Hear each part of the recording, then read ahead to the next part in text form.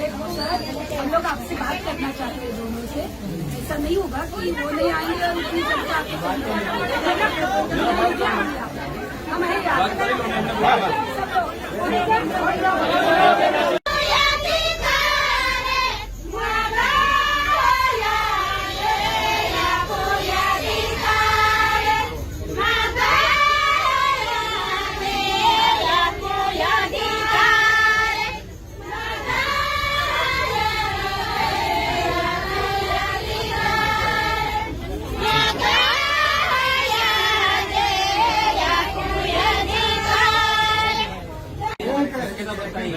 નાના એવી શક્યતા નહીં. આ શિડ્યુલ એરિયા છે, આદિવાસી બહુલ એરિયા છે, બરાબર. બિલકુલ જાતિવાદી માનસિકતા ધરાવતા હોય તો એ બધું ઘરે મૂકીને આવવાનું. હા, અમે આગળ પણ પરવાનગી માંગી હતી ને, તમે હું રીઝન આપ્યું હતું આગળ? કેટલી પંચાયતોની પ્રોપર ઉમરપાડાની ચૂંટણી હતી. આવું કેમ કરો છો તમે?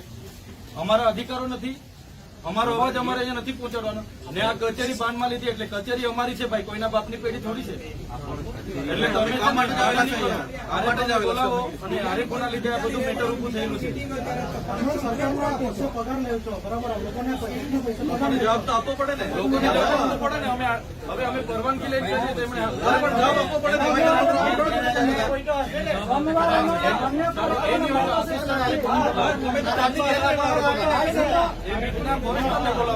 અમારે તો ચર્ચા તો કરવી પડે.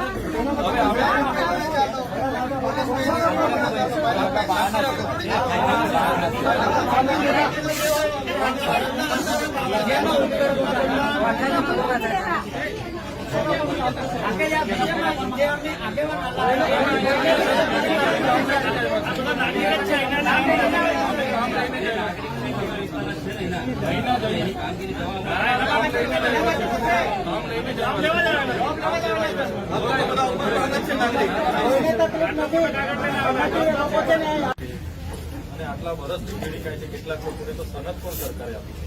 ત્યારે હમણાં આજ ફોરેસ્ટ વિભાગ અહીંયા અભયારણ્ય આવવાનું હોવાથી આ લોકોના ઝૂંપડા તોડી નાખે છે, જીસીબી મોકલીને ખાડા ખોદે છે અને આખું વનીકરણ કરે છે. અને આ અભયારણ્ય બનવાથી એ અભયારણ્ય બનીને આ જમીનો આવનારા દિવસોમાં ખાનગી થશે, કોઈ અદાણીને આપશે, અંબાણીને આપશે. અમારે ત્યાં નર્મદા જિલ્લામાં સફારી પાર્ક બનાવ્યો અને રૂપિયાના ટોકનમાં રિલાયન્સને આપી દીધો. તો આ જે આદિવાસીઓની જે મૂળ જમીન છે, જેનાથી આદિવાસી જીવે છે, હવે આદિવાસીની જમીન પર આ ખાનગી કોર્પોરેટ જગત એટલે ઉદ્યોગપતિઓની નજર છે, એ છીનવવા માટે જે એમના ઉદ્યોગપતિના ઇશારે સરકાર કામ કરી રહી છે, સરકારના ઇશારે અહીંયા જંગલ ખાતું કામ કરી છે, એના વિરોધમાં રેલી છે. અમે એમને સ્પષ્ટ કહેવા માંગીએ છીએ, આદિવાસી જ આ જંગલ હાથવી છે, નહીં કે જંગલ ખાતા. જંગલ ખાતાનું તે તો હમણાં બની, પણ આદિ અનાદિકાળથી આદિવાસીઓને રહી છે. ત્યારે ઉમરપાડા અને સાગબારા અને ડેડિયાપાડાના લોકોને અંદર જંગલ ખાતું લડાવી આ જમીન ખાલી કરાવી, અભયારણ્ય બનાવીને ખાનગી કંપનીઓને આપવાની ચિરાગ ખાતે જેનો અમે વિરોધ કરીએ છીએ. અને આજે તો અમે સાગબારા ઉમરપાડાના લોકો અહીંયા ભેગા થયા છે.